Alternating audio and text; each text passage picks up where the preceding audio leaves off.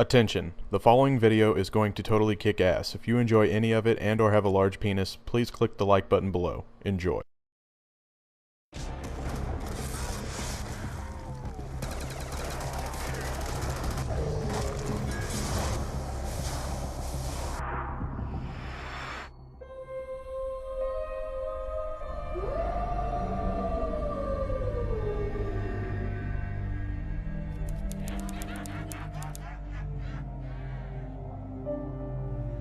Where are we going from here? Where do we go?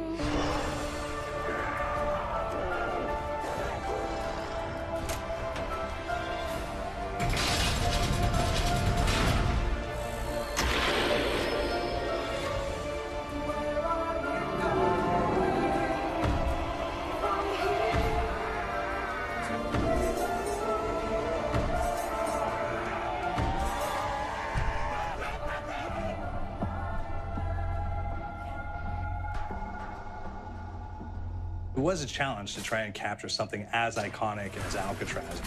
You know about this. This is arguably the most famous prison in the world, and now you're in it. Just the space, the physicality of it, because it's quite claustrophobic. When modern-day prisons are designed, they really consider not intimidating people or making the spaces, as least stressful as possible. Well, Alcatraz didn't suffer from those restrictions. They did the research, they went out, studied Alcatraz, not just from books or internet. They were actually there to feel the environment, so it really sets a mood that gets you a little spooked. Well, we kind of started with the base layout of Alcatraz. The entire island we ended up roughing out in kind of a white box form, and then figuring out what play spaces we wanted to use out of that, what would be the most interesting areas to play in, and the connections between spaces, and spaces that the public doesn't necessarily get to go into. We really did a lot of pushing to really enhance that psychological horror aspect that we're really looking for. And this is a really good opportunity to really tell something special. Like I got stuck right through the gates of hell! This time around, I feel like it's been identified that there are these side missions that you're going to go out and try to accomplish. Al and the rest of the groups put together this escape plan, but the point is to get the parts and assemble this plane so they can get off the island. We did something new for the first time. We have actually contextual music that goes off. That's a first for zombies. And it's all based around this horror thriller aspect. Every location will have a specific stinger that you hear when you find it, when you discover it, when you start unraveling the story, we start building on the music that you're hearing, and it's really enhancing that experience and going along with it in parallel.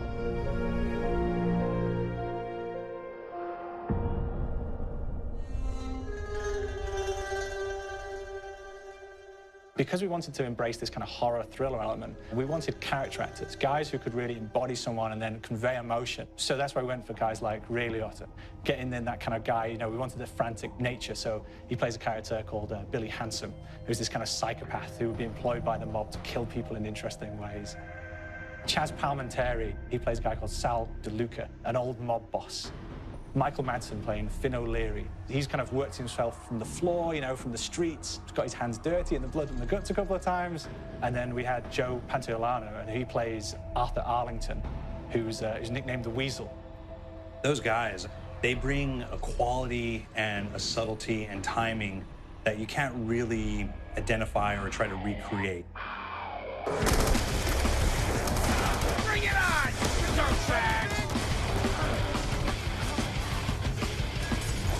You start off in the afterlife mode, and that's just going to be what's going on. You're going to try to solve the mystery from the second you start. Afterlife, to me, brings a new element, like a new puzzle element. It forces me to think a little bit more or look for the clues or kind of think of zombies on a slightly deeper level. You see clues throughout the map that tell you, ooh, perhaps if I'm in the afterlife, I can interact with this object, or there's some puzzle going on here that I need to be in the afterlife. Back east, I whacked a dirty dentist with one of these. Took forever, too.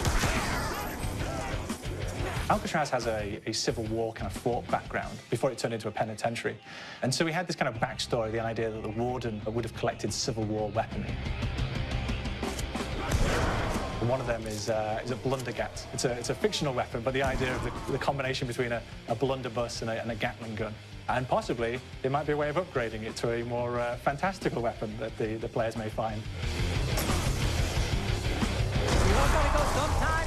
You just went now. There's one main zombie, one big zombie that's going to come through and wreak havoc on your life. He'll lock down the perk machine, he'll close down the box, so you have to pay to get that open again. So you don't want him to interfere with your process. Now's a good time to pick a fight.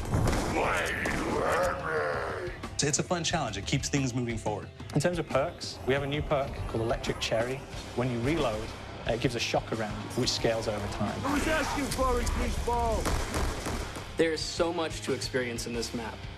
Every time I play it, there's a new tactic to take, a new experience, a new objective to go for. But there's also this layer of things that we aren't exactly exposing to the players right off the bat and will need to be discovered. Don't let me go.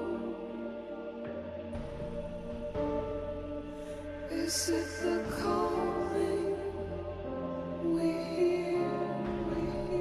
We've got the undead in there, we've got these historical elements, and these fantastic actors all seem to be with peace with each other in this kind of same world. So it's magical, and our team is incredibly excited by it. Is it the